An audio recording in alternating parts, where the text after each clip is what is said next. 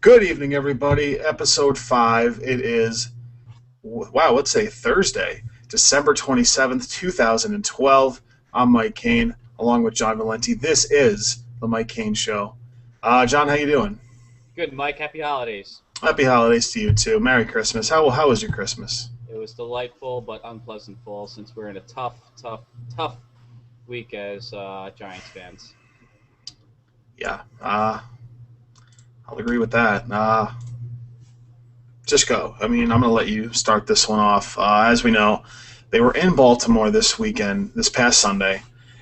Basically, playoff lives all but on the line, and they just came out like garbage again. They lose in Baltimore, 34-14. A Baltimore team that's really not that impressive to me. Especially offensively. Yeah, offensively, the Giants can, Corey Webster, I should say, especially, kept making Joe Flacco look like Joe Montana, and we just couldn't move the ball on what's really a mediocre Ravens defense. They've got all those injuries, they're really banged up.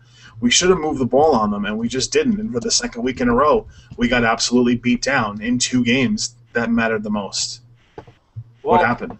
where do we start? I mean, do you talk about offensive problems? Well, in my opinion, you can't. If the offense puts 14 points on the board, it puts 3 points on the board. Well, from there on, your defense has to hold on the game. Granted, in today's standard of the game, teams are going to score points. That's the way it happens. Yeah. But in my point of view, being an old football player, you put points on the board, your defense protects the points on the board, and that defense did not protect the points on the board. No. And, I'm going to start right there. And, well, as I've said all season, well, where's the pass rush? And I think every fan's been going, where's the pass rush? Well, let's go back to 2007. We'll go back to 2006. Steve Spagnuolo takes over the New York Giants defensive coordinator. What happened? One of the greatest pass rushes comes to life, right? Yeah. Well, Also, though, in 2007, people forget that they started the season 0-2 and gave up 80 points. And, the last thing on everybody's mind was, a trip to the playoffs, let alone a Super Bowl win. Correct. Well, we're going to go back to that defense, though. What made that defense so different from the Giants defense that we see today? Why is Perry Fuel and Bill Sheridan not as successful as the Spagnuolo era of Giants defensive coordinators? I'm only going to go back to Spags. Well, here's a big difference. The Giants don't blitz. And I said this several times. The reason why the pass rush has always been so successful with the Giants is you bring that fifth person in and you add that one extra person to pressure, well, that's going to cause a lot of hectic problems. And they don't do it. With Perry Fuel's system, he requires 4 guys to go up front and face a lineman of 4 to 5 people, which you kind of got to give a little bit of leeway to Justin Tuck, Osi Umenyiora, Pierre-Paul, Canty, Joseph, Austin, Menard, those list of guys. And you can't rely on them every game to get you, 2 to 3 sacks. You know what I mean? You can't. So you got to ask for a little bit of help. And when you blitz 2 to 3 times a game, and it's usually with the safety in his packages, it ain't going to work. And none of our linebackers are really trained to be blitzers. And that's where one of the problems starts. Well, how many times since Lawrence Taylor can you count Giant linebackers being successful at blitzing? Yeah, exactly. You can't. You just can't.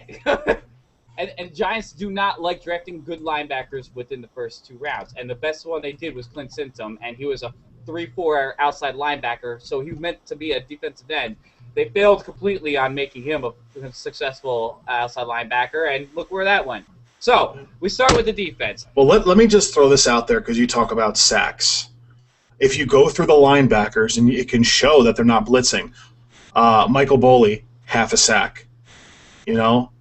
Just to put it into perspective, Jason Pierre-Paul, who what have been his sack numbers, especially last year, he led this team in sacks by a lot. He has 6.5 sacks this season. Because he's getting triple teamed. exactly my point. But So, then you so look around the line. Justin Tugg, 3 sacks. Granted, it's kind of been an injury-prone year. Uh, OC Umanura, 6 sacks. It's not getting the job done, man. Rocky Bernard, 1 sack. Trying to go through and find just the look at sack numbers. Kiwanuka. What does Yeah, Kiwanuka have? How many? 3 sacks. 3 sacks. You know where he got all 3 sacks from? Playing defensive end. You know when he plays defensive end? On passing downs. All right? For whatever reason, Perry Fuel's system calls to put 4 defensive ends up front. And every time that happens, we seem to be a little bit successful going in, but it never officially works. And how does a guy who you have playing an outside linebacker get into the in between to cause havoc? Well, the problem is that Kiwanuka is not an outside linebacker. He's not fast enough to be an outside linebacker. He plays well against the run, which is good. But let's just put him at defensive end where Umanura does not play good against the damn run. You know, the Philadelphia Eagles game where LaShawn McCoy exposed the Giants defense so bad, and Umanura was just getting torched. Yeah. Outside of Jason Pierre-Paul's 6.5 sacks, the rest of the defense as a whole combined only has 25.5 sacks. The team has 32 sacks total as a team. And then you look at a team like, let's say, the San Francisco 49ers, right? And you have them, you have guys on the verge of breaking Michael Strahan's single-season record. Like, just one guy, I believe it's, Aldon Smith. Well, J.J. Watt has 20.5 sacks right now. He's a league leader. And you got Aldon Smith at 19. And so what's funny? Aldon Smith is a linebacker. Yeah.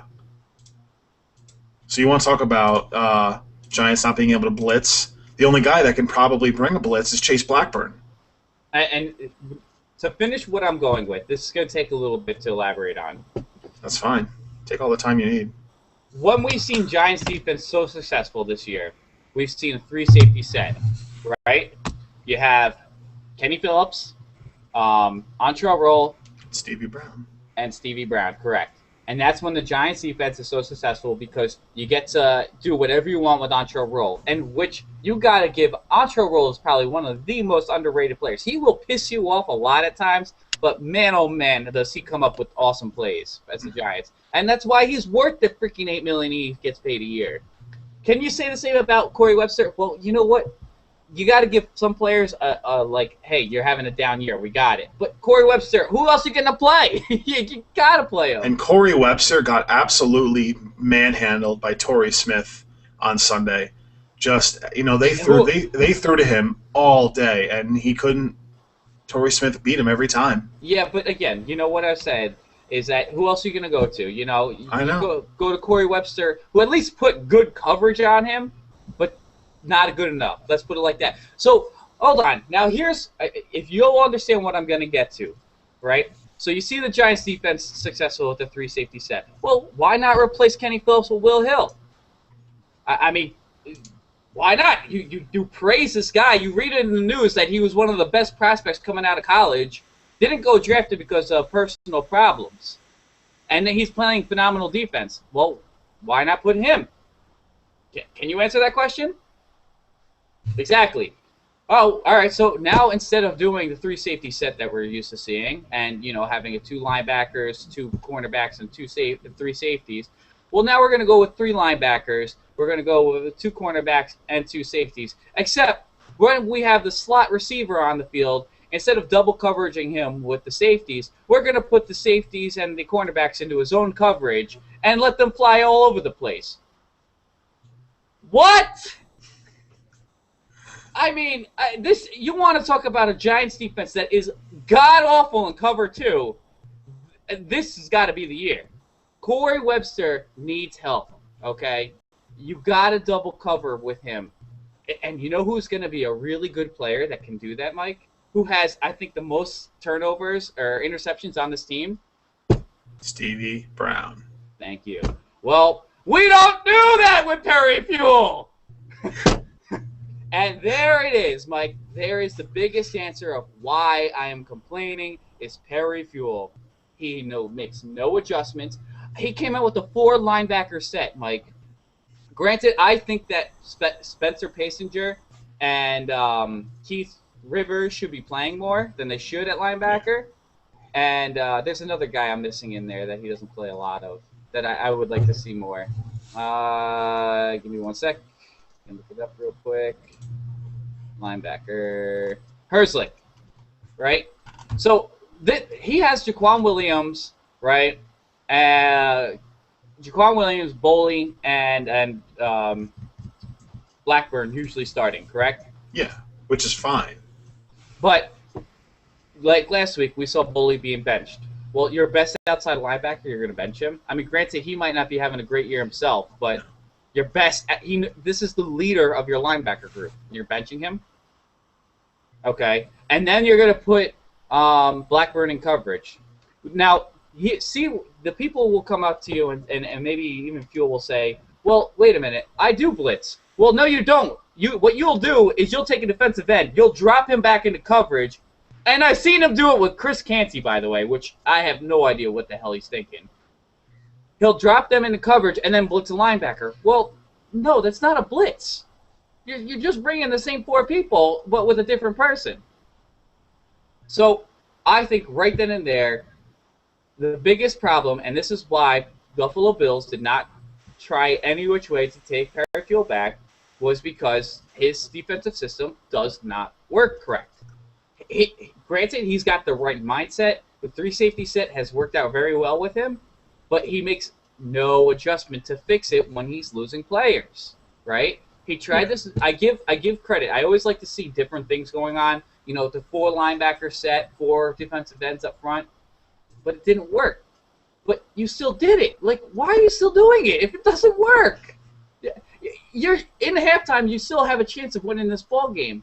Well, you know what happened? Every goddamn third down there was, they marched right all over the Giants. And 3rd and 20 was one of them, and they got a third. They completed a 25-yard pass to get the first down. You know what? I'm on a forum site, Pro Sports Daily, and talking to some buddies on there, and someone brought out the point today that with the year New Orleans has had, should the I was going to say the Hornets, should the Saints fire Spags, do the Giants go after him? How do you not? The guy who's been the most successful defensive coordinator, who I think Justin Tuck would love to have back, you know, because Justin Tuck at his prime was playing best under him. How do you not? I just don't understand how you do not try to get this guy back. I would let Parafield go, no problem. You know. Yeah, I think the Saints don't have they don't have good players on defense. It kind of starts there. For them, a rare chance it's going to happen. Yeah, because everyone should know how good Spagnuolo is at coaching defense. If the Saints had better players, they would obviously have better results. Yeah. But obviously, the Giants have they have a similar defense from when Spagnuolo was around. It's a few different guys, but it's like similar type players. So I think Spagnuolo would work wonders just because he knows more what he's doing. He'll work better. Again, like we said, some of these guys are still around, like Justin Tuck, Osi Umenyiora. They're still on this team and would glad to have a new coordinator. And why wouldn't you? I mean, the only reason he left was to take the Rams job. And now he's back as a defensive coordinator, and why not? He was so highly praised, and now he's almost like on the decline at this point. After being fired from St. Louis, and now he's got a mediocre defense in New Orleans. And how about this? You go back, you look at the roster he had, right? And you go to yourself, wow, in 2007, probably one of the best seasons you could say the Giants had defensively. He had an old Sam Madison. R.W. McCord playing safety. Oh, God. He was awful. He had Corey Webster as a rookie, I believe. Yeah. Or no, he was a third-year player. I'm sorry. He had Jabril Wilson, who went off to do nothing. Yep. And Kevin Dockery. He has someone else on that defense that I'm forgetting. Safety. Oh, man. James Butler, who also went with him to St. Louis. And he went out to be doing nothing. Yep. he took guys that did nothing and put it together and made it work as a whole. And even if you still say, well, the Rams defense was nothing good, the Rams defense wasn't the last ranked defense every year No, he was there. you know what? That Rams offense was terrible while Spagnuolo was Exactly. there. You had Sam Bradford as a rookie. Sam Bradford still has no weapons now, 3 years in to his Yeah. time with the team. So and the offense still isn't very good. So it was way worse in his rookie season. And the defense again, he drafted guys that were really good. He drafted James Laurinaitis, who's becoming one of the better linebackers in the league. You know, he's drafted He took Chris Long. Chris Long, and look, Chris Long's one of the best defensive ends. So like Spagnuolo knows what he's doing. He made right moves. I think if he was still the coach of the Rams, they'd be in the same position. Yeah. So the Rams were kind of set up for Jeff Fisher already. Granted, Jeff Fisher did better with the offense than Spags did, but that's you know what? Well, that's why they made that move. Yeah, but Spags also lost Pat Schumer, you know, who was a really good offensive coordinator. Yeah. And again, though, like Spagnuolo, but we know Spagnuolo's a defensive coach. Some guys are just like that. Some guys just aren't head coaches. Which is fine. Yeah. Like, who's the good one? Romeo Crennel. He's not a head coach. He's a great defensive coach. He's not. You know, Josh McDaniels is a great offensive coordinator, as we can obviously tell, but he's not a great head coach, as we saw. Yeah, well, so like, there's just guys. Yeah, he might get a job, but there's guys out there, and Spagnuolo's one of them. He's a defensive guy. That's what he knows, and that's what you should bring him in to do. Well, there's a lot of people out there for Kevin Gilbride to get cut, but I think it's more important to say goodbye to Fuel. You know, because if you have a great defense, you can get away with a mediocre offense, not vice versa. Exactly. This is a very mediocre defense, if best.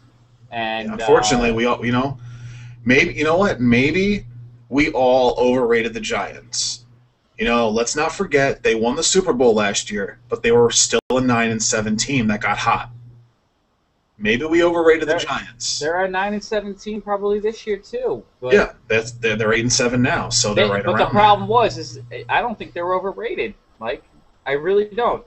How do you blow out teams like the 49ers, the Packers, the Saints? Because that's the thing. That's why this has been such a bizarro season, because you want to say, well, the Giants aren't good.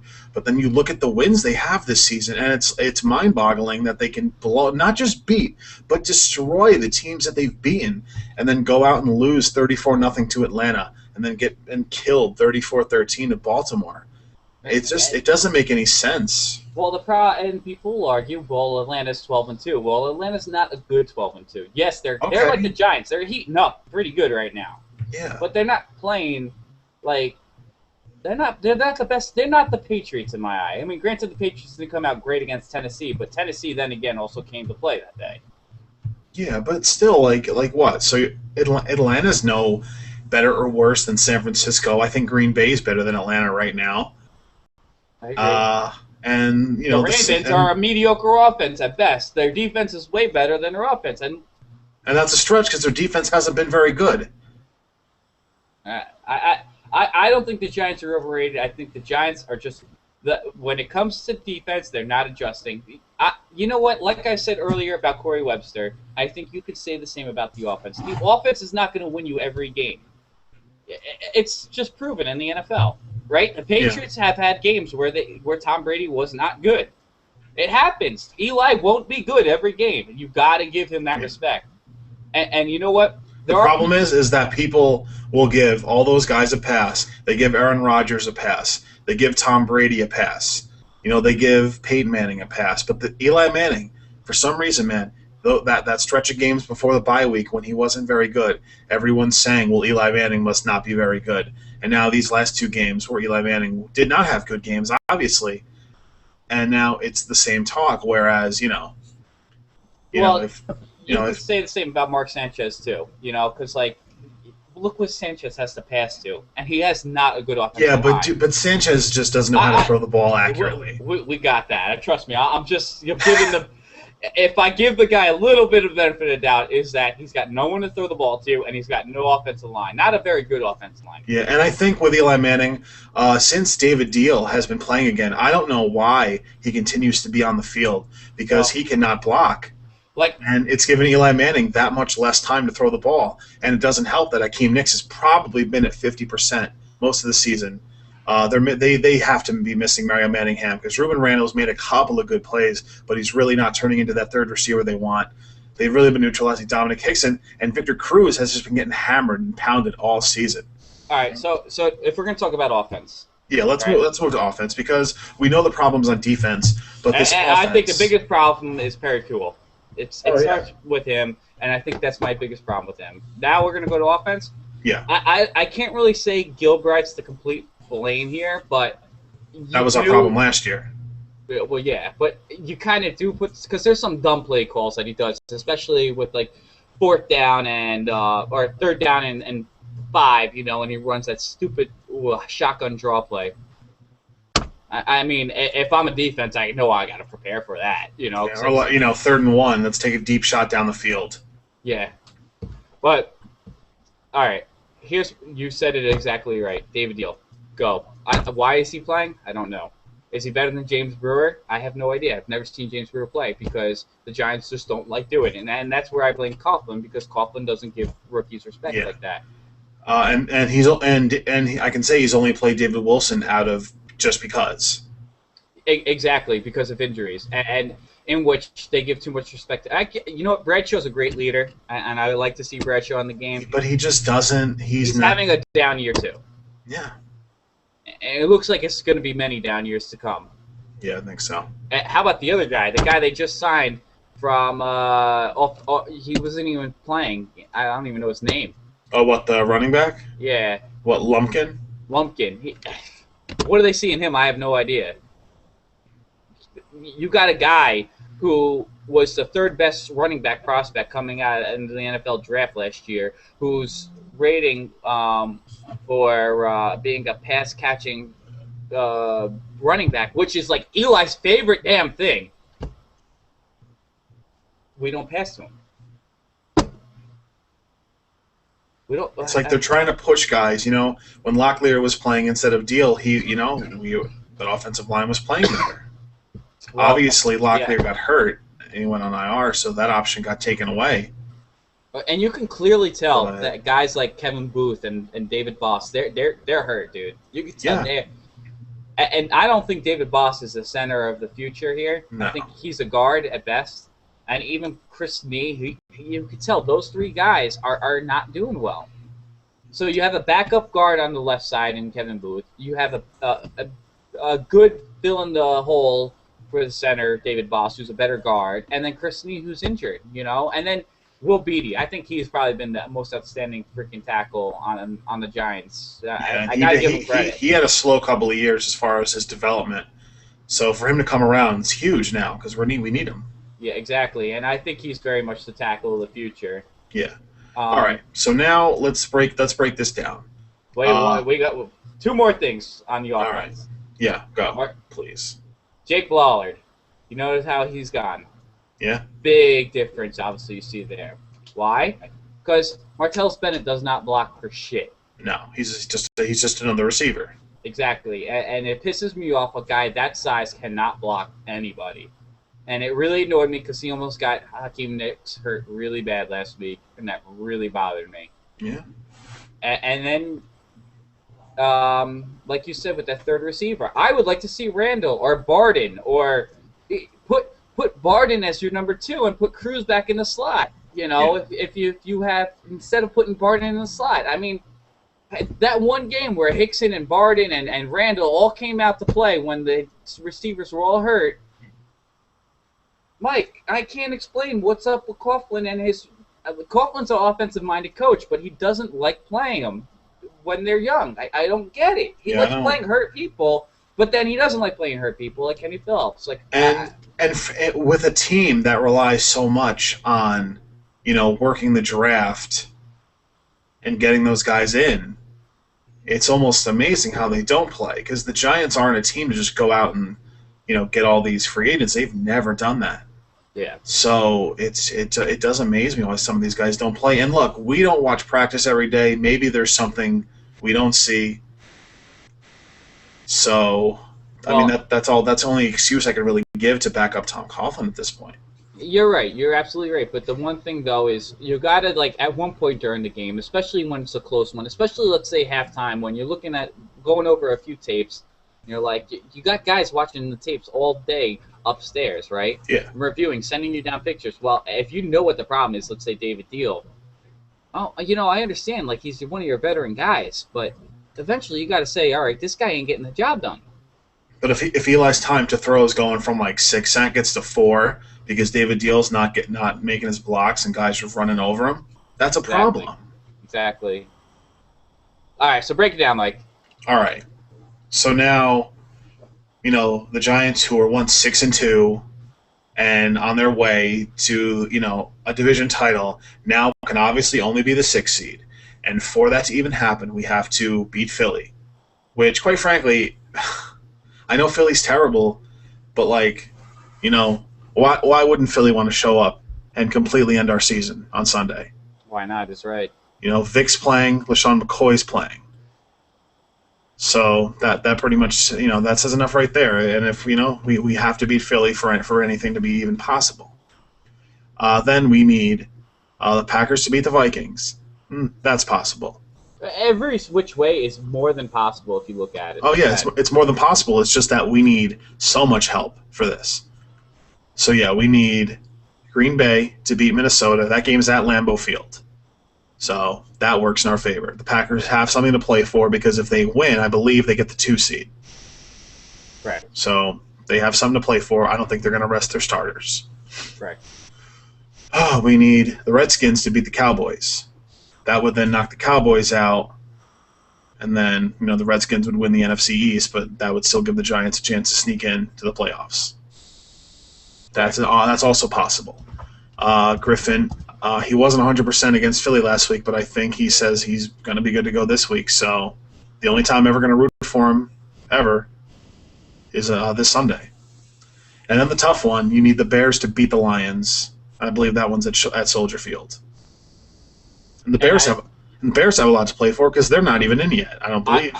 I want to go back and mention that I believe Dallas did beat Washington once. Correct me if I'm wrong. This season, no.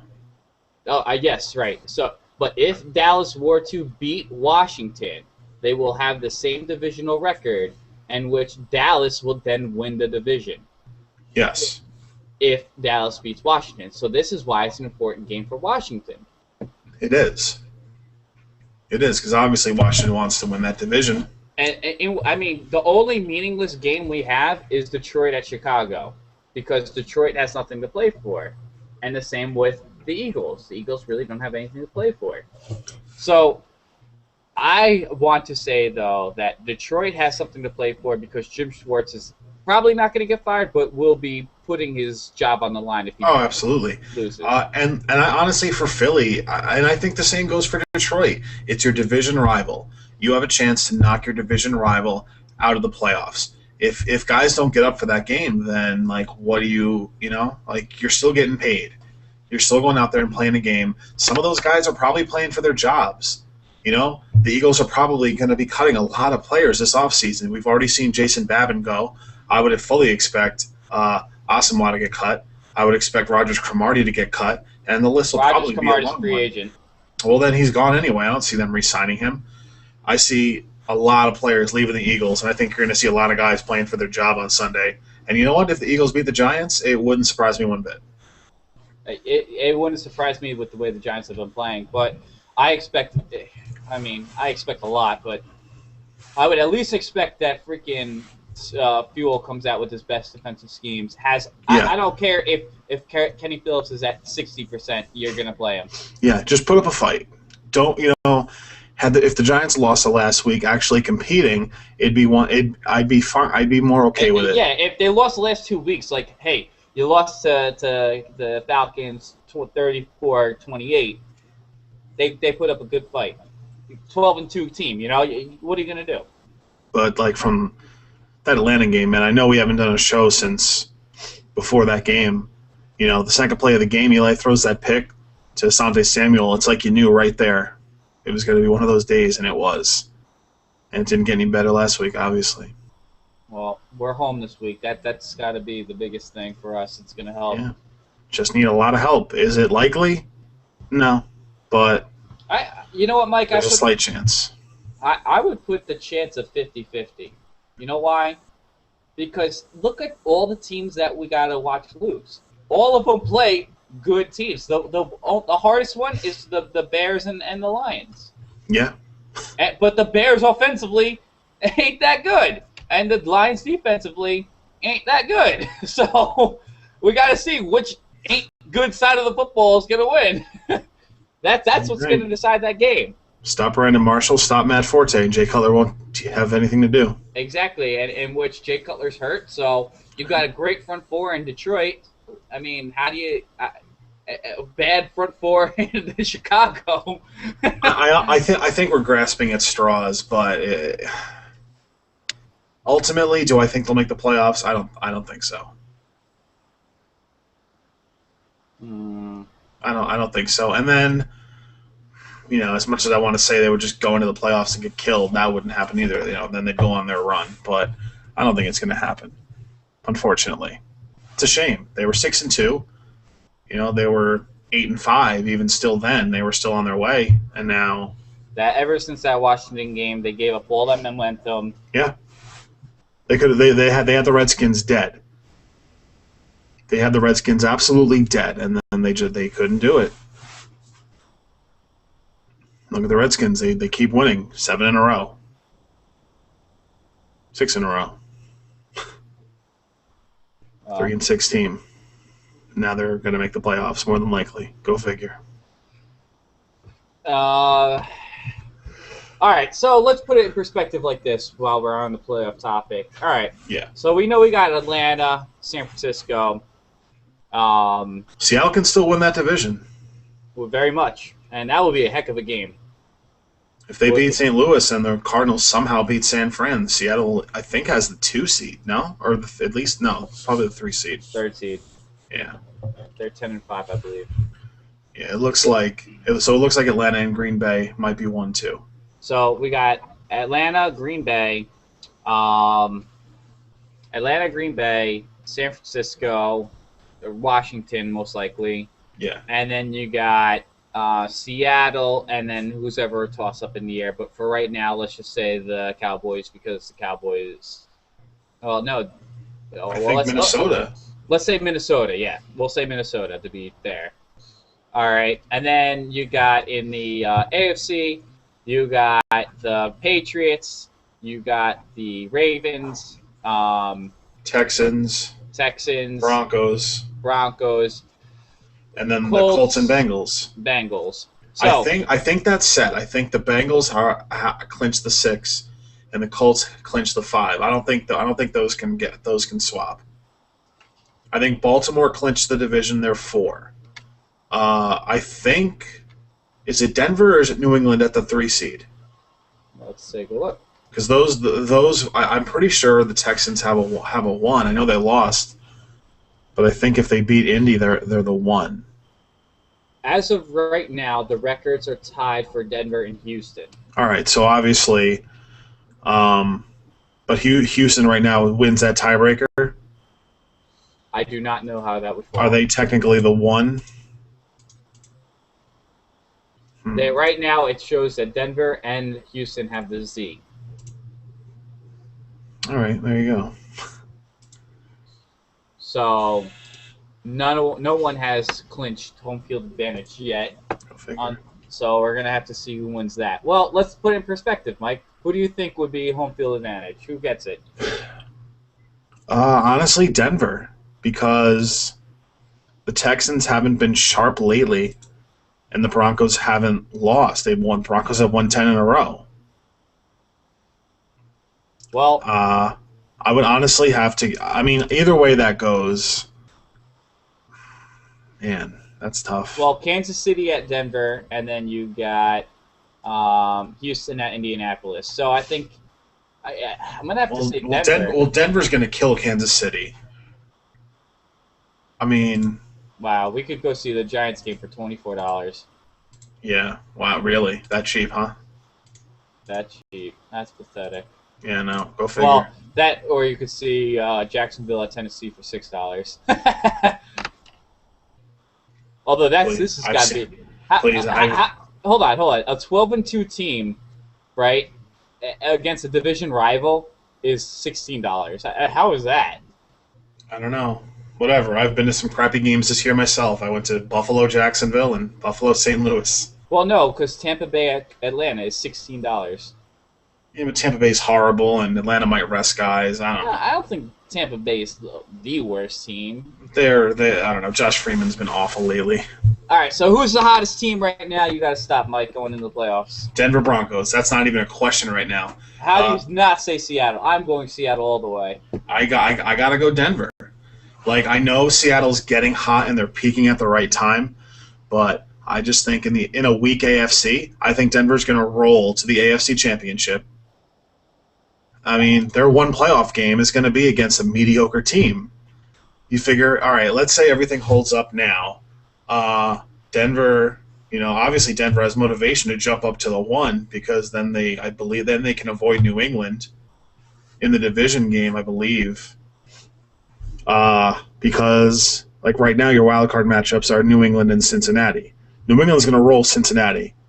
And then that Baltimore Ravens Colts game could be a toss up. But I just see Denver rolling through the playoffs. Denver's a great team, and you're right about the AFC being a lot easier than the NFC. However, though, I do see more of a challenge with Cincinnati to New England. I think Cincinnati's defense is a lot better than it's been, and especially in the playoffs, they're going to show up. It is, but I don't think that. I mean, it is New England, so I understand why. Yeah, I don't think that Andy Dalton's going to be able to win that game in Foxborough at Gillette Stadium. I just don't see that happening at all. We'll see. That could be. It could be a flip flop. It could be what you're saying. Could be what I'm saying. So all right. So basically, if the seeds are what they are right now, you'd have your divisional games. Houston. Do you like Baltimore or Indianapolis in that game? If it's a playoff game in Baltimore. I gotta go with Indianapolis. I do not like Joe Flacco. No, me neither. I don't think he's good. I don't think Flacco's a good quarterback. I think he swells under pressure and he'll choke. They're going to rely too much on Ray Rice. So I think that if Indy can stop Ray Rice, the Indy will stop Baltimore. And they don't like giving the ball to Ray Rice lately. I don't understand that. All right. So then you got Houston. You would have Indiana at Houston in the division round, and then New England at Denver. I would go Denver, like with you. I think Denver will go to the championships, and I see it going all the way with Houston or Indianapolis. Hey, that's a tough one because Houston's really. They might be a little bit overrated.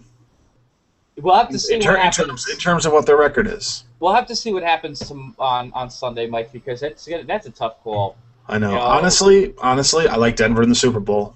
I like them winning the AFC outright. I think they will win the AFC outright, but I'm trying to think who wins that divisional round. Is it Houston or Indy? And I think it's too tough to call because if Indy wins again on Sunday, then Indy's going to be riding hot. Yeah. All right, so now we go to the NFC. This is where it could be a big toss-up because you have Seattle thrown in at the wild card, if they are the wild card team, to kind of just make it like, like throw a wrench into it almost. With Indy's kind of an iffy team, but it's like right now Seattle, at this point now it would be Seattle going into Washington. And now the criticism of Seattle all season has been they can't play on the road. but they've won big road games. They won in Chicago. They won in Toronto against Buffalo. Not very impressive, but they've got some decent road wins this season. They're 3-5 on the road, but when you're undefeated at home, that's all you have to do. Look, if Russell Wilson can come alive on the road, the way they've been playing football, man, it's Seattle football. Seattle, remember back from 2002 to 2007 was a tough team to beat. With Matt Hasselbeck, yeah. And another big thing for Seattle is Richard Sherman won his appeal, so his 4-game suspension's gone. Exactly. So that's huge for that team. What was the running back's name with Seattle? Alexander? Yeah, Sean Alexander. Yeah, and Marshawn Lynch has come on to replace him quite well. Oh, yeah. Seems like if you're a running back, just leave Buffalo and your career goes up. Yeah. Buffalo better lock up C.J. Spiller if they're smart. All right. So then right now the other wild card game would be Minnesota at San Fran, and I think San Fran rolls in this one, to be honest. And it's going to be on the shoulders of Adrian Peterson. And I think San Fran's going to be way too tough for him. Houston's defense was tough for Peterson. He was held under 100 yards for like the first time in forever, it would seem. Well, Minnesota's defense is very underrated. Remember, it is. Jared Allen's still a hell of a player. Oh, he's still fantastic. But I just think what it comes down to is that if you can stop Peterson, they're not going to win that game with their passing. Christian Ponder looks scared every time he drops back. Well, the offensive line is still not there yet, so. It's not, but if your your quarterback's got to get over that. If he's not composed enough to go out there and try and win that game, then your team's not going to win. And Christian Ponder, like I said, he looks scared to death every time he has to drop back and throw a pass. Like if he's in the pocket for more than a couple seconds, he panics, and he's not good. It's a struggle for him to throw for like 150 yards in a game in a passing league. It's a sophomore slump. You know what I mean? It's Jake Locker. I get it, but you know what? It's one thing to be like an inaccurate passer or something, but it's one thing when you're scared to drop back with that ball. I mean, I think to be honest, Minnesota could run an offense with a pedestal that Adrian Peterson takes the ball off of as an offense. Yep. Well, take Adrian Peterson out of. You take Adrian Peterson out of the game, San Fran rolls. Yep. And then that would, of course, set up Green Bay, San Fran, in Lambeau Field. That is a great playoff game. Well, depends which Green Bay team you get. Do you get the Green Bay team with a decent defense, or do you get a Green Bay team with a horrible defense? Which the Green Bay's defense has never been really impressive. I think it would. That is a good point because obviously Colin Kaepernick can burn you if you don't play well on defense. But I think Aaron Rodgers is rolling right now. He's playing the best ball of the season. He's just on. Showed it again in that beatdown of Tennessee, 55-0. And if Rodgers can pick apart that San Fran defense, that's the difference. And the 49ers have shown weakness. Tom Brady lit them up, even in a win. I think Aaron Rodgers is that good. I think he's good enough to beat San Fran, and I would have the Packers into the AFC title game. Then you have the Atlanta-Seattle. Assuming Seattle beats the Redskins, people are saying Atlanta's not very good. Now you have quite possibly the hottest team in football coming into your house. How does that game go? I'm picking Seattle all the way to the championship. Do you like them winning the Super Bowl? No. Getting to the Super Bowl, winning the NFC. I believe Denver's the Super Bowl team this year. But I'm up in the air. Like I can't say it confidently, All right, we can make our Super Bowl picks after Sunday, sometime next week, when the playoffs are all set in stone. Again, we're just throwing out names. Because you know what, Mike? It could be Minnesota. It could be Chicago. It could be the Giants. It could be the Cowboys. We don't know who's going to win. You know. And with the AFC, at least it's set in stone for us to predict. Yeah, because if the Giants get in, they go to San Francisco, a game they've already won this season. You know, so it's you don't know. We'll hold off on the playoff predictions. I'll keep it locked in that Denver will win the AFC, but we'll wait for next week. We'll make our official Super Bowl picks and go from there. And then we'll start our shows about free agents and draft. Rookie draft, and we got so much coming for the NFL, which to me, this is always the most exciting time because not only do you get the playoffs, but you also get to see where new players end up, and Unfortunately, this is a really weak draft class. I will say that it's going to be, and it sucks for teams like Kansas City and Jacksonville who need a quarterback, and then they're not going to be able to get a young one. So, but I do see it being positive for the Bills though, because at least Matt Barkley will fall to where they're probably going to draft, and Yeah, but do you want Matt Barkley in the top 10? Oh no. Let's talk. All right, let's talk about this right now, real quick. I don't like any quarterback in the first round this year. I don't like Geno Smith in the first round at all. I don't like Matt Barkley in the first round at all. If you go to WalterFootball.com, they have their constantly updated mock drafts. I don't like any of those first round quarterbacks. You'd be better off taking Manti Te'o at like number 7 than Matt Barkley. Well, I'm going to talk about this real quick. You also have some good free agents, I believe, at quarterback. You're going to have Michael Vick. Alex Smith. Alex Smith, indeed. And, you still got guys who aren't signed right now, but, that can go into camp to prove they're healthy, like David Garrard. You could honestly see teams try and trade for Sanchez. Sanchez. Matt Flynn. Now that Russell Wilson's the guy in Seattle. Possibly Kirk Cousins from Washington, because in that one game he showed he was good. There's Tim Tebow. No, fuck that. I was thinking about this today. You know who should honestly make a big play for Tim Tebow? Jacksonville. No. Yeah, Jacksonville. But what I'm getting at is I honestly think any CFL team. You want to put that league, you want to give that league a buzz in this country. You want to try and expand your media coverage. Go throw money at Tim Tebow. He'll still suck, but ESPN will talk about the Canadian Football League every day. They'll probably make a deal with the Canadian Football League so they can show Tim Tebow's games. They'll have a fucking Tebow cam. Canadian Football League, whatever team. Put him in UFL. Where's that guy?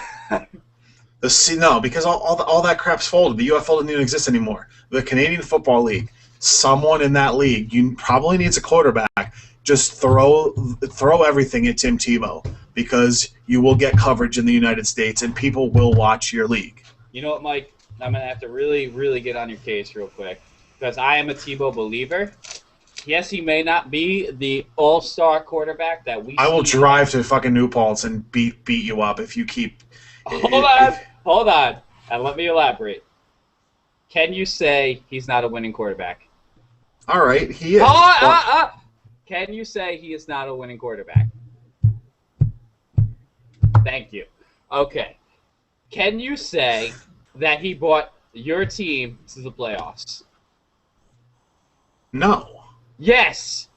My team, no. Denver, okay, maybe, yeah, because John Fox burned the playbook and redid it for Tim Tebow. Have the Jets? No. Have the Jets even gave Tebow a fair chance? No, but because he's terrible. They see him in practice every day. And for the Jets to give Greg McElroy a start over Tim Tebow proves to me that they at least see something. Hold on. We're going to argue about this real quick. Tim Tebow, at least in Denver, had 3 decent receivers to throw to: Demaryius Thomas, Eric Decker, and Jacob Tamme, right? Yeah. Or not Jacob Tamme. Brandon Stokely, I think. No, Stokely wasn't there. Someone else, but whatever. Point is he had better people to throw to. So his uncatchable balls were catchable in Denver. Well, now you put him on a Jets offense that doesn't have people that can catch a ball. Well, of course it's going to look horrible in practice. And then on top of it, their offensive line sucks way more than Denver. So, of course he looks bad in practice. I give Tebow more leeway than what people say because I think he's been giving an unfair chance in New York, and I see him going to Jacksonville before possibly going to the CFL. But I can see CFL happening only because of what you said, because money will be thrown at him, and of course, the NFL will make a deal with probably the CFL to become like its minor league team because hey, Tim Tebow's there, your most popular uh, ungood quarterback, I guess you could say. That's a stretch. But I want to see Tebow get a fair chance. I have to say it. All right. I want a fair chance. All right, listen, Skip Bayless. Look, Tim Tebow. I'm not that dumb. Look, Tim Tebow. Look, he won games because teams didn't know how to prepare for him. So wait, I'm sorry, RG3. Are you mentioning him? Yeah, but he's an actual accurate passer. He can beat you with his legs, but he can also beat you with his arm because he knows how to actually read Have a you defense. seen this guy throw a ball more than 15 yards? He has to throw it 20 feet up in the air before it can come down into your arms. I'm sorry. I do not believe in RG3. So you're going to... Yes. I'm not going to say he's equivalent to Tim Tebow because I do believe he's better than Tim Tebow, but I do not think he's anything more extravagant than Tim Tebow. Wow. Really? I am going to say that very much. And the same thing for Colin Kaepernick.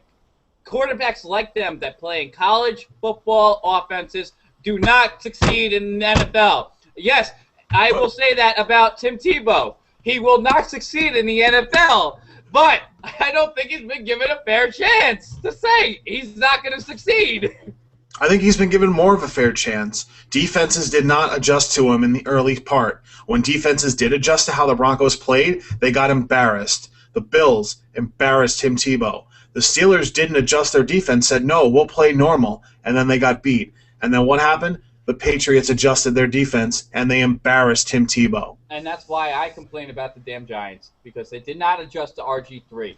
And when you adjust to RG3, then you'll know, because that shit happens in all those fucking games. That's fine, but I'm not sitting here and saying that RG3 is this savior. The guy's having a good year, and I think he can throw the ball more accurately than Tim Tebow. I'm not saying he's a godsend like the Redskins fans are. I'd much rather have Andrew Luck over the long run out of those two guys.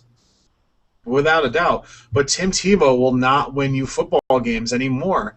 He just won't. I know the guy's a winner, and the guy's got a lot of heart, and he's a good athlete. But he is not a good quarterback. There's a reason the Jets haven't played him. I know Rex Ryan is an idiot, and I know that he's a terrible coach. But, like... All right.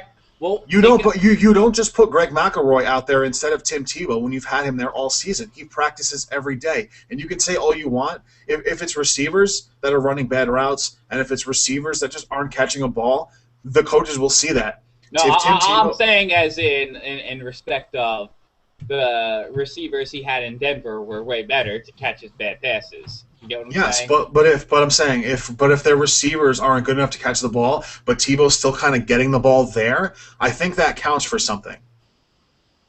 That counts for something. I'm not arguing that. But again, because Tim Tebow's throwing terrible balls, and they were catching terrible passes, it made him look better. It doesn't mean he's better. So you're telling me if I have Tim Tebow as my quarterback, I have to go get I have to go get guys like I have to go get back in time and get Jerry Rice in his prime and Michael Irving in his prime and like Randy Moss in his prime and put them all on one team so that my shitty inaccurate quarterback can look good. Then that's not true. Tom Brady takes all these scrub receivers and makes them like great receivers, and then they leave New England and do what? Nothing. Well, you're gonna Eli Manning's taken bad receivers and made them superstars. Victor Cruz wasn't anything until he started actually getting some time. And then Eli Manning knows how to be an accurate quarterback and get them the ball. Tim Tebow, Mark Sanchez, all those guys, those balls sail up in the air. Tim Tebow throws, instead of like this, Tim Tebow throws it like this. And that's what RG3 does, and I just don't get why he's so praised as a quarterback. He's the godsend person that ESPN is loving right now. Because it's ESPN. Look who's covering him. The same people that thought Tim Tebow was a godsend. Of course they're going to hype up RG3. Again, I don't think he's going to be that special over the long haul. He is having a good season, but once you make your adjustments, you will beat RG3. That's why I say Andrew Luck I'd rather have.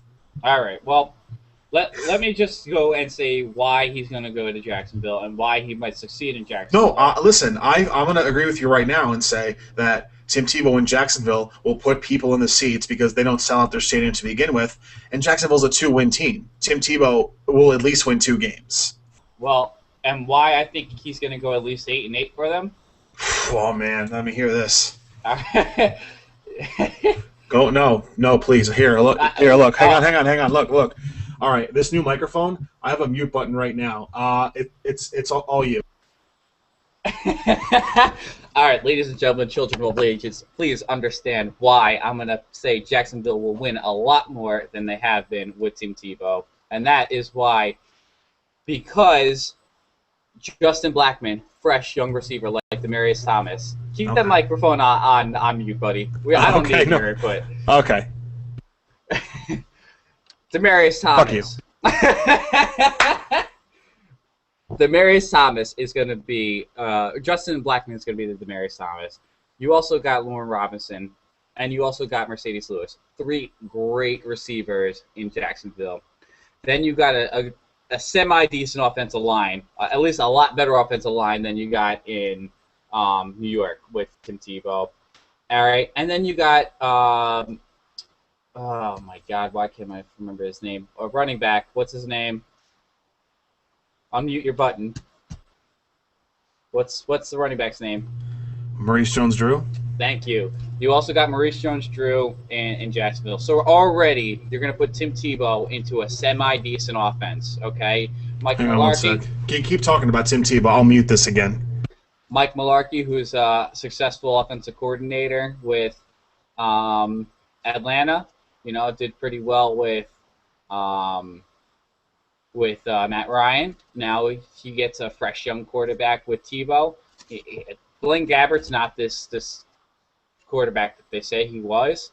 Well, throw some Tebow in there. You're going to train and adjust your playbook to the way he is, and now you got these 3 guys who can stretch the field and catch these uncatchable balls that Tim Tebow can't throw. And I see Tebow semi-succeeding. Granted, do they go to the playoffs? That's a whole different question. But I see Tebow, he's going to be put somewhere where he's going to succeed. And then he's got a fan base following him, Granted, I think you made a bad decision choosing New York over Mike Kane, everybody. Mike Kane. Talking. Just one sec. Keep going on about Mr. Tim Tebow, you douchebag. Mike Kane, everybody. And you got a team that's rebuilding and needs people to support them. And I think Tebow will bring in a good foundation in Jacksonville.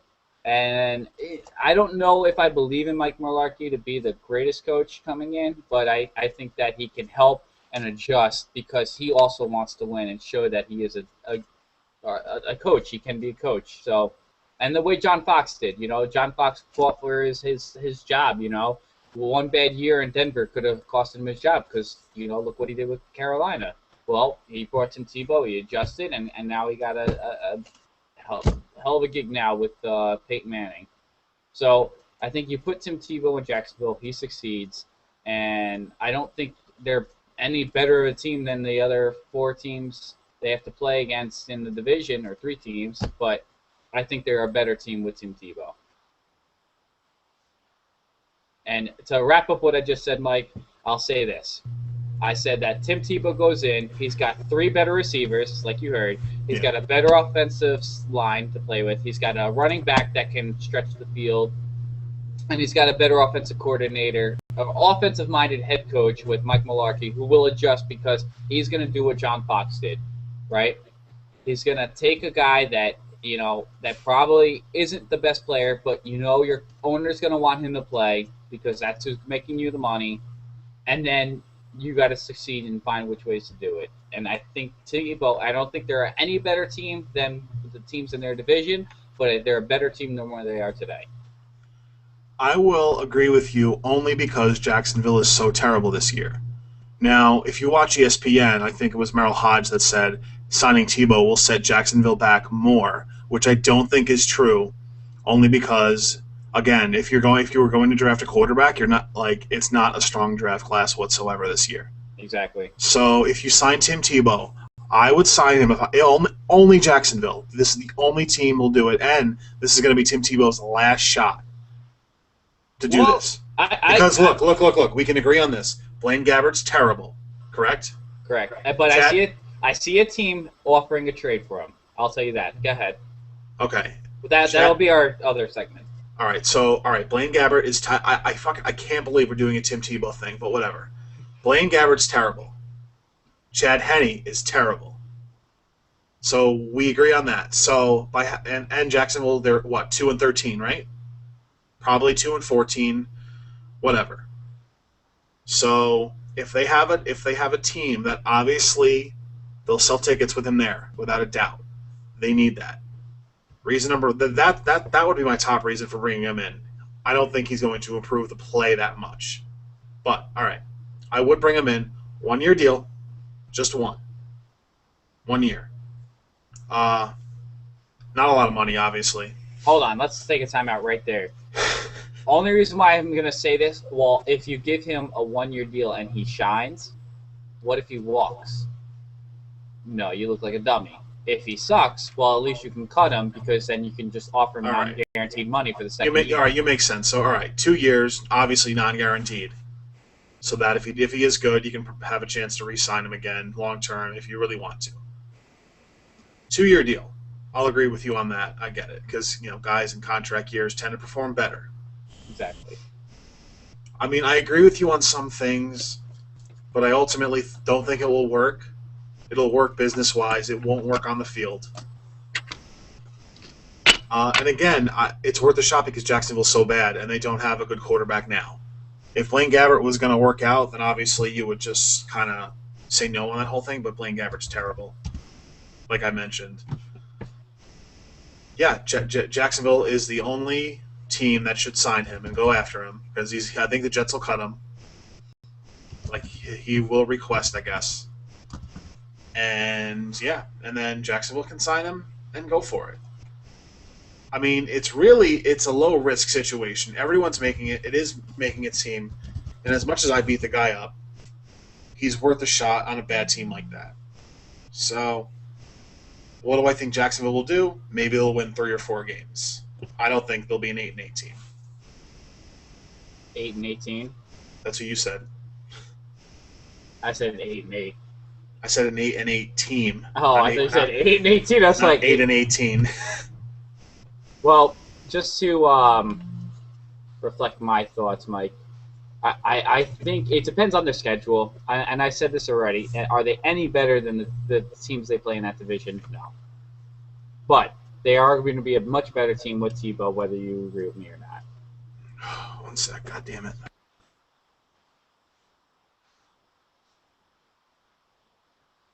Oh, Mike Kane, people. Well, all right. So if we say Tim Tebow lands in Jacksonville, they become a better team.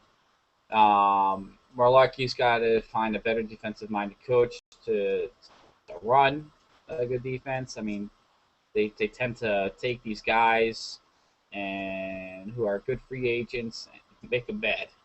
I don't know what's up with that, but they need to find a defense, and you can't blame all their struggles on their offense, but when at least oh boy, what was his name now for the head coach? At least when he's the defensive coordinator now for the Broncos, Denver Broncos.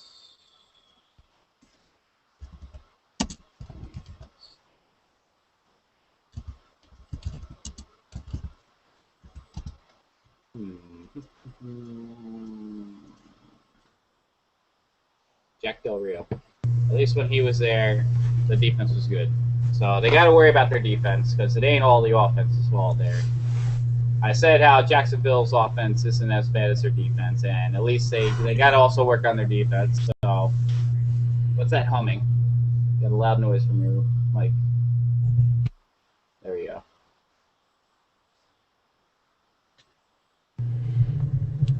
Is it still there? Yeah. What? Whatever you're doing right now is lowering it. Is your computer right by it? Much better. This far apart. There you go. It's much better. Better? Yeah. All right, I moved it over. So, we're going to finish talking about Tim Tebow and move on. Yes, please. And you know what, Mike? Why don't we just cut it off? Let's just finish up with something like, anything in baseball you want to talk about? Oh, man. I mean, the fact that I think the Yankees are going to be finished in third or fourth place in the AL East this year. Well, we already had that talk. Yeah. I mean, there's nothing really new going on. About a little less than 2 months till pitchers and catchers report.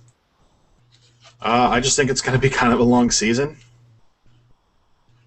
I still think the Red Sox are the worst team in the league in that division right now. God damn it! You right? I keep fucking hitting the wire hanging. I think the Red Sox and the Orioles. I think Toronto right now might be the team to beat. I don't know. Wow. The AL East is a toss up. So, Toronto's the most improved team. That's definitely. Yeah. Either they're really improved, or that crop of guys from the Marlins can just play like crap.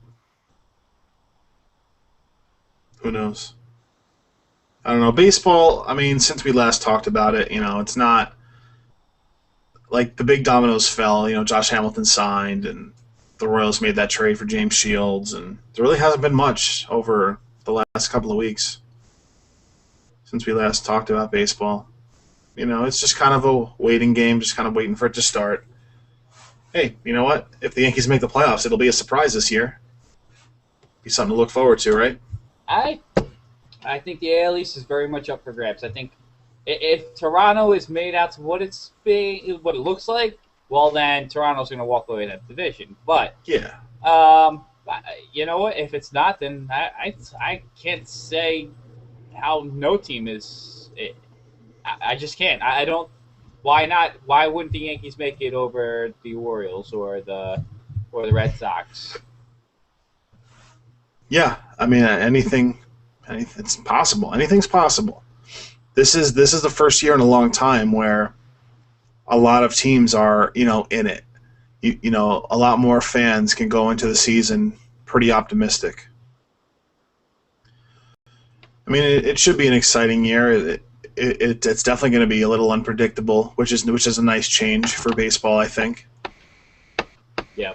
So, as a baseball fan, I mean, it should be an exciting season. As a Yankee fan, I'm not too optimistic, but that's, I think that's a talk for February, March about when everything's really finalized and the season's almost about to begin.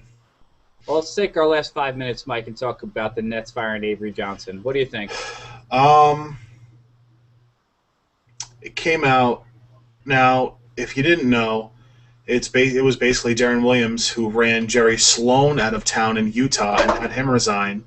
And Jerry Sloan's a Hall of Fame coach, and if you can't get along with that guy, I don't see how Avery Johnson is going to be the man. And the Nets started the season with a very easy schedule, and I think when they got out to their good start, they kind of got a little overrated. I mean, let's not forget that the Nets, they just have a bunch of guys. I don't think they traded for Joe Johnson. I just don't. He's a shooter though. That's all he's ever been. And Atlanta overpaid to keep him when they did 2 seasons ago. And now I think the Nets are a team that's stuck. I think again it's going to come out that Darren Williams got Avery Johnson run out of town because there was the thing that came out a little while ago that said that he didn't like the way Avery Johnson was running the offense, and It's kind of I don't think it's a coincidence that now shortly after that story came out, Avery Johnson's out, and I think the Nets just aren't very good because they're basically the same team as last year, and I'm just trying to go in and find last year's. There we go. All right, so the Nets last season. Look, in a shortened lockout season, they were 22-44. So in an 82-game season, if they lose 2 for every 1 they win, they're basically like a 30-win team. So you're taking a team that probably would have won 30 games last year, and you added Joe Johnson, 1 shooter, and Reggie Evans, a decent power and a decent big guy. That's not going to translate to playoff run because you have the same team. And Darren Williams is sorry to say, he's no longer a top 2 point guard. He's not even a top 10 point guard at this point, in my opinion. Just this year, we're going to say that. Just this year? No, I think his whole time in New Jersey / Brooklyn, ever since he got traded to the Nets from the Jazz, his play has gone down dramatically. And, maybe the move to Brooklyn was going to re-energize him, but it definitely hasn't. He is nowhere near a superstar right now. And I think... I think the Nets, they're in trouble. They're not good. They're not very good, and I think they're going to regret giving Darren Williams all that money, even though they had to do it. And I think they're going to regret trading for Joe Johnson. But again, they had to do it because they needed some big names to go open up the Barclays Center in Brooklyn with. But over the next couple of years, they're going to regret that money they gave him. And a team like the Dallas Mavericks, who Darren Williams turned down to stay in Brooklyn, is actually in a much better situation, even though everyone thought the opposite. The Mavericks have great cap flexibility with all the 1-year deals they have going on right now. And then, they could still make a play for Dwight Howard if he leaves L.A. And they have a better record than the Nets right now. And they still have their coach. Or they could even make a splash in the draft and get a heck of a young point guard. And shoot, what's the kid's name in Sacramento right now that they don't even play?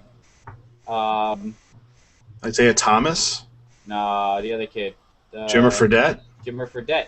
Shoot, the Kings aren't in a hell of a team, and they don't like playing them. So, hey, you need a point guard. Why not toss a second-round pick at them and, take over the cap space that it might affect? But you know what? You got so much as it is right now.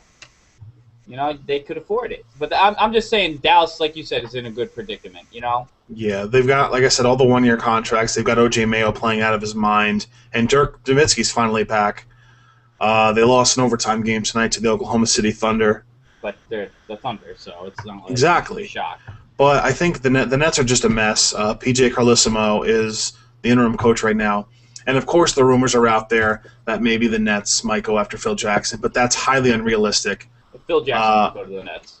No, unless the Nets offered him absurd money. But it's not going to happen because it just won't. Phil Jackson has no reason to go to Brooklyn. That no matter how good he coaches, that team's not winning anything this season.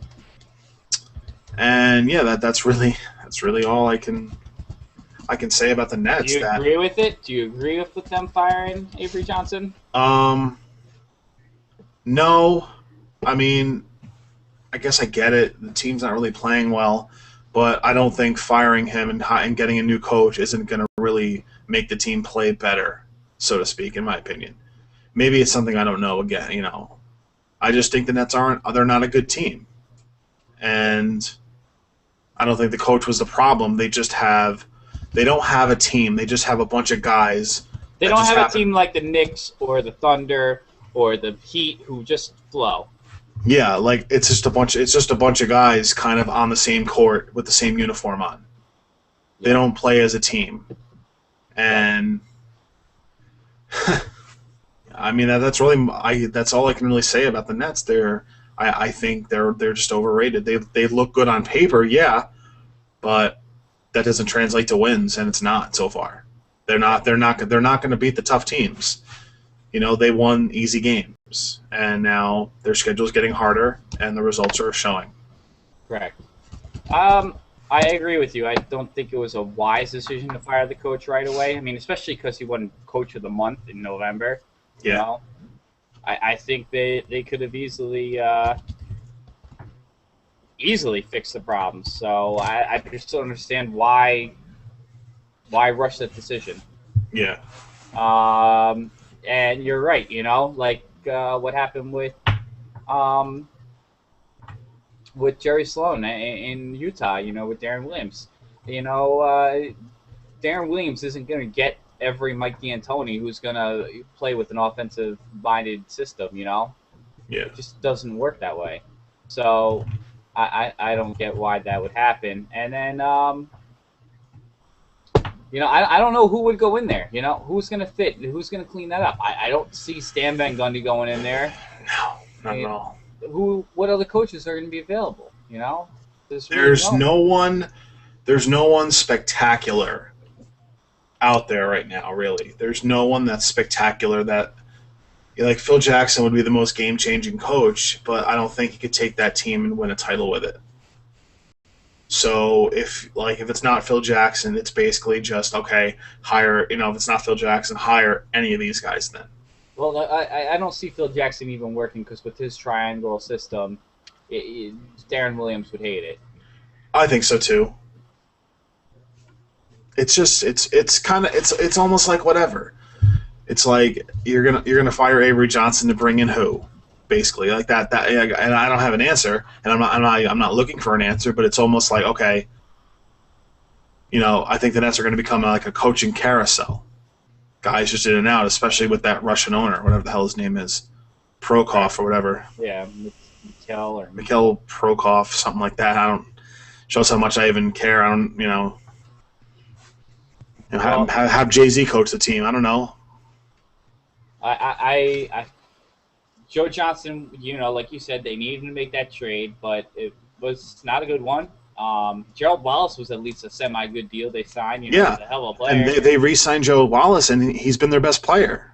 He's consistent on both sides of the ball, and he's the only guy on that team that's doing that right now. Yeah. I don't see why they tossed a max contract to Brook Lopez, who once again is hurt.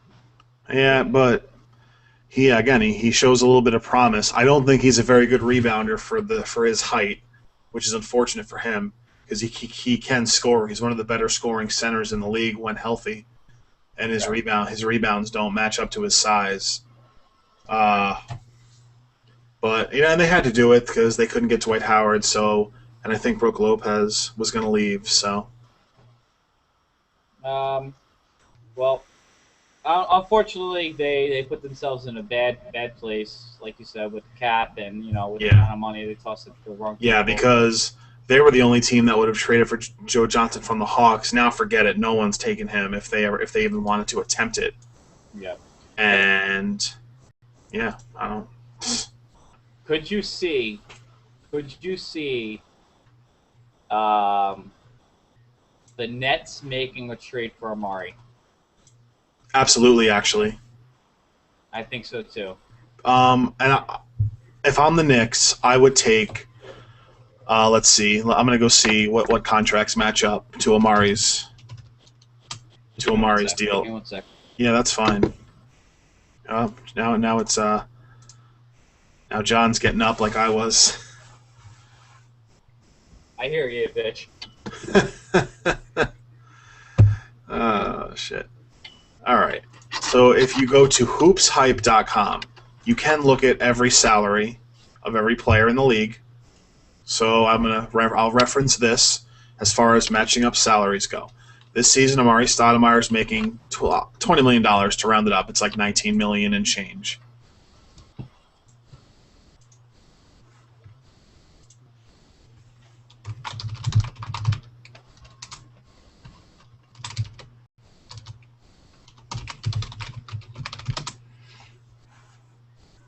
Anyway, all right. So, Amari Stoudemire makes $20 million. Let me look at Brooklyn's payroll, see who's worth taking right now. Let's see. So you got right now you have Chris Humphries making $12 million over the next 2 seasons. That's of course cheaper than Amari Stoudemire. You would take Chris Humphries off their hands, who's not really playing well, and then You could also take, if they're looking to unload some money, it might have to be a number of guys. Maybe they just kick in cash. You got to say they're going to toss a bunch of first-round picks in there. I mean, I don't think so, because I think the Knicks tried to shop Stoudemire in the offseason for next to nothing, and no team would bite. But I do think the Nets would. Let's see. Yeah, Chris Humphries definitely take his $12 million. I would say Marisa Telodovic's the international guy, but the money still doesn't match up. Maybe just something else. And it's got to be a creative deal. But you can, like I said, see the Knicks and Nets maybe matching up on a deal for Stoudemire. Yeah, I would definitely see that happening. I think they could pull something off. Again, it would definitely be us, getting Chris Humphries, certainly. So, it's gonna again, because I'm sitting here stuttering about what a trade should be, and yeah, just go figure. Well, we're not here to talk about that yet. We got a long ways before the trade deadline, but yeah, it's a couple of months. Yeah, I was shocked today with Avery Johnson. I didn't expect that. I thought that the Nets weren't as bad as their record shows, but they did lose some close games, and I think they've just been on a bad stretch. You got to deal with injuries, and Darren Williams hasn't been playing his greatest basketball, and you got to live and learn, right? Yeah. Man, the Nets they're not doing good. They're not playing well. They've got bad contracts. They're a mess. I don't know really what else to say about it. That's what it is, right? Yeah. Well, let's wrap it up. Yeah. We're gonna come back at you, I guess, after this week's football, and we'll figure out definitely the playoff situation, and let's hope that our Giants can make it in. And I guess quick predictions for it. I don't see why the Giants cannot make it. I don't see why they cannot, because I think the most challenging game against them has to be the Bears and the Lions, and that's only because the Lions ain't as good of a team as they show. Let's just say that. I think the Lions are a great team on paper. I don't see why they can't be a great team, and when they've come together to play like a great team, they play like a great team. So if it works in the Giants' favor, well, then Giants can make it. I honestly think they can. You can argue with me, but I believe they can, as long as the Eagles don't show up to play. Yeah, it's just too much has to happen. Like, you're asking for so many things to roll the Giants' way. Is it possible? Yes, but ultimately, no. Do I think we beat the Eagles? Maybe. I don't even know if we can. I'm not even positive we'll beat Philly, because I'm so down on this team right now. We can sit here and talk what we want. How do we know they're going to make their adjustments if they come out flat? How do we know that things are going to click this week? And yeah, and one comment from Matt Giordano. Says it perfectly. They just haven't played like they've wanted to be in it the last few weeks. If they were dead serious and they wanted it, they wouldn't have come out so flat for 2 super important games. I know it's against good teams, but if you can't show up to play when the playoffs are on the line, what makes that any different this week? The fact you can't even put up a fight against them. Yeah, it's just a matter of not showing up. And it's just, you know what? Well, can we beat the Eagles? Yes, fully possible. But to ask for 3 games to go our way, it's like gambling. Gambling on sports is the most frustrating thing in the world, especially when you do parlays or teasers. Why? Because 2 out of 3 come in, and I think that's what happens on Sunday. I kind of threw my hands up in the air this past Sunday and said it's done. I didn't start Googling playoff scenarios because it's not like we were, if we were 3-7 and we won 5 in a row, I'd say, hey, maybe we got a shot in hell. But we had our second half slump, and this time it's killing us because we're probably going to finish 9-7, I guess, but too little, too late. All you had to do was win one more game. All you had to do was just even show up, and I'll be fine with it. But hey, it's typical. Every year we think they're not going to have that second half slump, and they do. It's every year. They've started 6-2 for 3 straight years, and they finished up at 9-7 each time. They were 9-7 last year. They snuck in, and then 2 years ago they blew that, and it culminated with that Deshaun Jackson punt return. At least we cut Matt Dodge that year because the guy couldn't punt out of bounds. But hey, you know what? I've accepted it that they're not going to make the playoffs, and I'm not gonna be bummed out on Sunday if they don't. I've accepted it. Well, where do you see? What do you see as the predictions for Sunday? I'm honestly going to say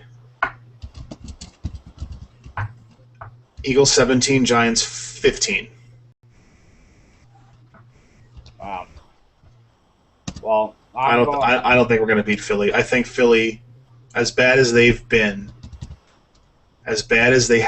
they played decent against Washington last week, and this week I think they want to end our season. Nothing would make them happier than ending their rival's season, and I think they'll do it because I just don't think the Giants are going to get up for this one.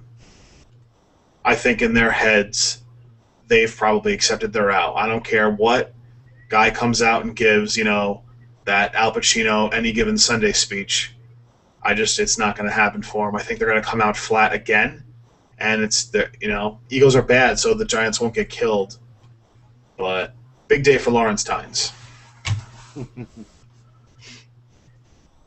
I see the Giants winning. I'm going to say 24-17. I'm going to say the Eagles put up a fight. And I'm going to say that I'm going to be bold. I'm going to say that the Bears actually are the one team that's going to come up and defeat the Lions, and they're the ones that are going to seal the Giants' fate. Yeah, I think the Redskins will beat the Cowboys. They would help us out there, but I think the Bears will beat the Lions, and I think the Vikings can beat Green Bay. The Vikings are fighting for a playoff spot, man, against a rival. I know it's at Lambeau Field, but Adrian Peterson's going to run his balls off, and the Vikings have proven that even with a scared and skittish quarterback, they can pull off tough games. Yep. But ultimately, what we're getting at is the Giants will not make the playoffs. And you know what? We can sit here and mope, but 2 Super Bowls in 5 years. That's okay. That's okay in my book. Exactly. You know what? The Giants were not the best team going into the season. They weren't the best team going into last season. But you know what? They did everything right that you wanted to see to win the Super Bowls. And, you can't blame them for everything that happened wrong. But, hey, shit happens, right, Mike? Yeah. You can blame a lot for what happened. Great comment by Matt Giordano again. He says he doesn't agree with me. The Eagles are more beaten than Michael Vick's dogs. That's a good one. Thank you, Matt Giordano. Yes. At least someone will agree with me that the Giants will win. Yeah, I want to agree, but not what I've seen the last 3 weeks. 2 weeks. Well, that's why you are a fucking idiot. No, I'm kidding. I wouldn't do the show if you were such an idiot. Yeah, Shit. true. I would not do the show if you were Skip Bayless. So Yeah, me neither. I would probably just quit and retire. well, Mike, for myself and for everyone out there, God bless America. Yeah, let's hope we have some good news to talk about early next week. Maybe a little bit after the new year. We will come on. We'll give our thoughts on the Giants, whatever the news may be. Uh, and we'll go through. We'll do full on playoff predictions, Super Bowl predictions. So basically, Matt, who's probably watching, join us at some point next week. Just keep following the Facebook, Mike Jon Sports Network. Again, if you want to host your own show, that's why there's a network at the end of this, page title. You can host a show on this network if you want. It doesn't have to be about sports. It can be whatever the hell you want to talk about. Send me a quick video, and yeah. I'd like to have a nice network of shows going and not just me and John on here every week, even though we'll do it. I'd like to mix in some other people if that's going to be possible. I know it'll be all like my friends, but that's fine by me because some of my friends are quite talented. So, again, find this, come on aboard, and join my network. I'm not going to pay you, but it'll be fun. Exactly. That's what we do it for. It's not for the money. We do it for the fun. Yeah. Cool. All right. Well, again, for John Valenti, I'm Mike Jon. Hope you enjoyed this. Have a good night. Take care.